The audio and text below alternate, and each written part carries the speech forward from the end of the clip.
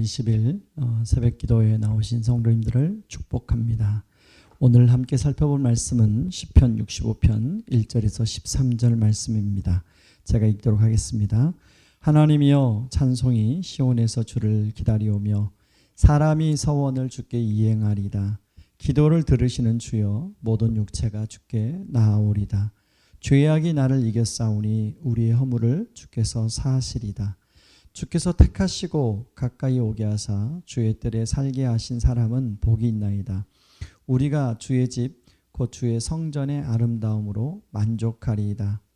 우리 구원의 하나님이시여 땅의 모든 끝과 먼 바다에 있는 자가 의지할 주께서 을을 따라 어미하신 일로 우리에게 응답하시리이다. 주는 주의 힘으로 산을 세우시며 권능으로 띠를 띠시며 바다의 설렘과 물결의 흔들림과 만면의 소요까지 진정하시나이다. 땅끝에 사는 자가 주의 징조를 두려워하나이다. 주께서 아침 되는 것과 저녁 되는 것을 즐거워하게 하시며 땅을 돌보사 물을 대어 심히 윤택하게 하시며 하나님의 강에 물이 가득하게 하시고 이같이 땅을 예배하신 후에 그들에게 곡식을 주시나이다.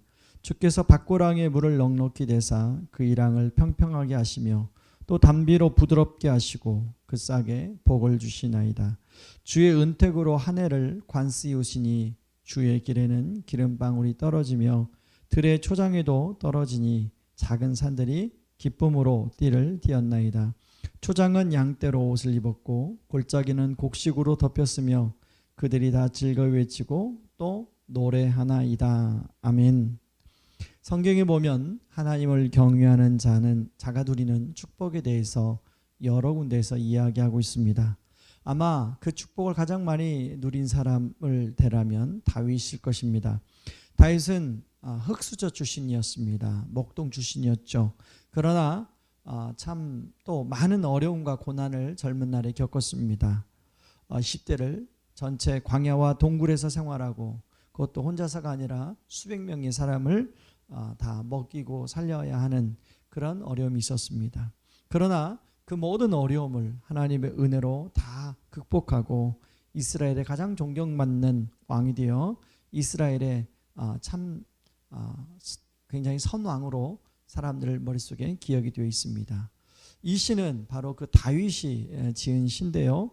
다윗은 그 하나님의 은혜를 너무 많이 경험했기 때문에 하나님을 찬양하고 있습니다. 6절에 보면 그는 우주 만물의 주인이신 하나님을 높여 찬양하고 있는데요. 6절 7절을 읽겠습니다. 주는 주의 힘으로 산을 세우시며 권능으로 띠를 띠시며 바다의 설렘과 물결의 흔들림과 만민의 소요까지 진정하시나이다. 여러분, 이 세상에는 정말 웅장한 산들이 참 많이 있습니다. 그런가 하면 바다도 정말 광활하죠.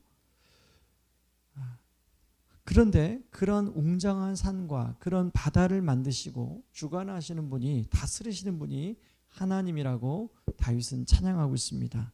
뿐만 아니라 아침과 저녁을 허락해 주시고 그것을 누리도록 하게 하신 분이 하나님이라고 다윗은 그 하나님을 찬양하고 있습니다.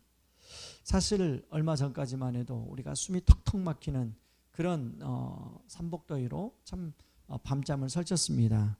그런데 이제 지금은 아침 저녁으로 서늘한 바람이 불고 가을이 성큼 다가오고 있다는 것을 느끼죠. 여러분, 우리가 이런 자연의 어떤 섭리에 대해서 너무나 당연하게 생각하는데 이 모든 것이 하나님의 섭리와 손길에 있다는 것입니다. 그러므로 우리가 이런 어떤 자연의 변화, 그리고 산을 보고 하늘을 보고 바다를 보면서 바로 그 하나님을, 그걸 만드신 하나님, 그걸 운행하시는 하나님을 찬양해야 된다는 거예요. 시원한 바람을 맞으면서 하나님, 오늘 또 이런 시원한 바람을 우리에게 허락해 주시니 감사합니다. 만약 인공으로 여러분 그 시원한 바람을 일으키려면 얼마나 많은 에너지가 들어가겠습니까?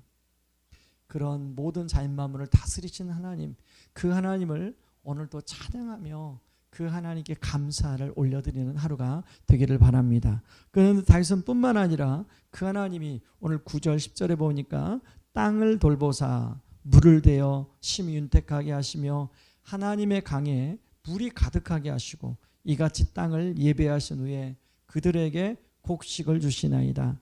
주께서 밭고랑에 물을 넉넉히 내사 그 이랑을 팽팽하게 하시며 또 담비로 부드럽게 하시고 그 싹에 복을 주시나이다.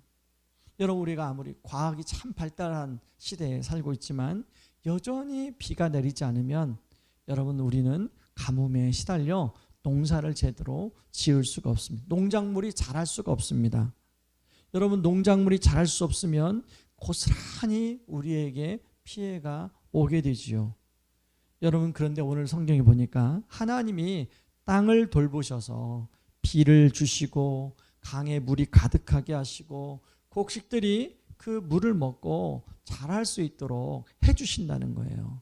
여러분, 여러분이 우리가 늘 먹는 그 쌀, 그리고 여러 가지 반찬, 그 모든 것이 하나님이 물을 공급해 주셔서 우리의 밥상까지 올라오게 됐다는 거예요. 그런 걸 하나하나 곰곰이 생각해 보면 여러분, 우리가 식사할 때마다 하는 감사기도가 그냥 형식적인 감사기도가 아니라 진짜 하나님 땡큐죠. 하나님 너무 감사하죠. 하나님, 정말 하나님께서 물과 햇볕과 바람을 공급해 주셔서 이것들을 우리가 먹고 영양분을 공급받을 수 있도록 해주시니 하나님 감사합니다. 이렇게 우리가 하나님께 올려 감사하며 또 찬양을 드릴 수 있는 것입니다.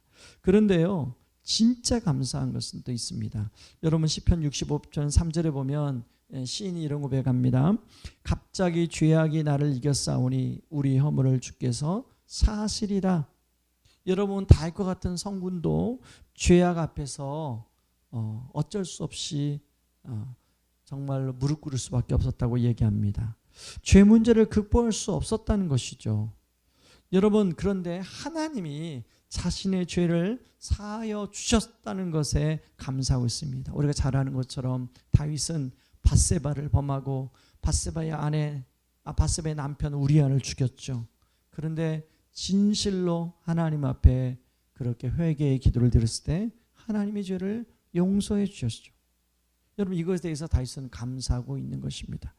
여러분, 다윗이 죄를 이길 수 없다면, 다윗이 죄 문제를 해결할 수 없다면 더더욱 여러분, 우리 같은 사람은 하나님 죄 앞에 죄를 이길 수가 없다는 것입니다. 그러기에 하나님은 하나밖에 없는 자신의 아들을, 그분을 보내셔서 바로 그분으로 하여금 죄를 이길 수 있도록 해 주셨다는 것입니다. 그분이 우리가 죄를 이길 수 없기 때문에 우리의 죄를 대신하여 그 값을 치르셨어요. 그리고 우리를 용서해 주시고 그것을 믿는 우리를 바로 당신의 자녀로 받아주신 것입니다. 우리 입장에서는 은혜로 죄사함을 받게 된 것이죠. 그러므로 우리가 평생 감사하고 찬양해야 할 일은 바로 나를 위하여 피 흘려 주시어 구원해 주신 하나님의 자녀를 삼아 주신 바로 그 예수님께, 그 하나님께 감사하고 찬양을 돌려야 된다는 것입니다. 여러분, 이 예수님께 매일 감사하고 찬양하고 있습니까? 그리고 여러분, 할 수만 있다면 여러분 바로 그 예수님, 그 하나님을 기회가 닿는 대로 여러분 주변 사람들에게 이야기하고 같이 또 알려주셔야 됩니다. 사람은 무엇인가 좋으면 자꾸 이야기하게 되어 있습니다. 여러분은 오늘 누구에게 여러분을 위하여 대신 죄와 싸워 이겨주신 그 예수님을 전해주시겠습니까? 오늘 하루가 그런 하루가 되기를 주님의 이름으로 축복하고 기도합니다. 우리 같이 기도하겠습니다. 하나님 아버지, 제가 평상시에 정말로 하나님에 대해서 감사하고 찬양을 잘 모르고 너무나 이 자연스러운 상황과 환경을 그냥 지나가 버릴 때가 많은데 하나님께 자주 감사와 찬양을 올려드리게 하여 주시옵소서. 특별히 하나님, 우리에게 좋은 영양분을 공급하는 그런 우리 참 맛있는 그런 것들이 많은데 그걸 먹을 때마다 진심으로 하나님께 감사하게 하시고, 더 감사한 것은 나 같은 자를 하나님께서 죄를 용서해 주시고 하나님의 자녀 삼아 주심에 감사하는 오늘 또 그래서 하나님을 찬양하는 그런 하루가 되게 해달라고 우리 같이 기도하며 나가겠습니다. 같이 기도하겠습니다. 고마우신 하나님 아버지, 하나님 참 이 자연 만물을 만드시고 그리고 다스리시고 운행하여 주신 하나님을 찬양하며 하나님께 영광 돌립니다. 하나님, 우리가 너무나 아주 그냥 자연스러운 것처럼 하나님께 감사하지 못하고 찬양하지 못하고 지나갈 때가 많았습니다. 그러나 그 어느 것 하나 하나님의 섭리 없이는 만들어지지 않고 운행되지 않음을 고백합니다.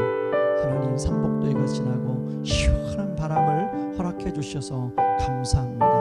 하나님, 또 우리에게 철 따라 또 때 따라 하나님 우리가 먹을 수 있는 양식을 하나님 적당한 물과 햇볕과 바람을 허락해 주셔서 공급해 주시니 감사합니다.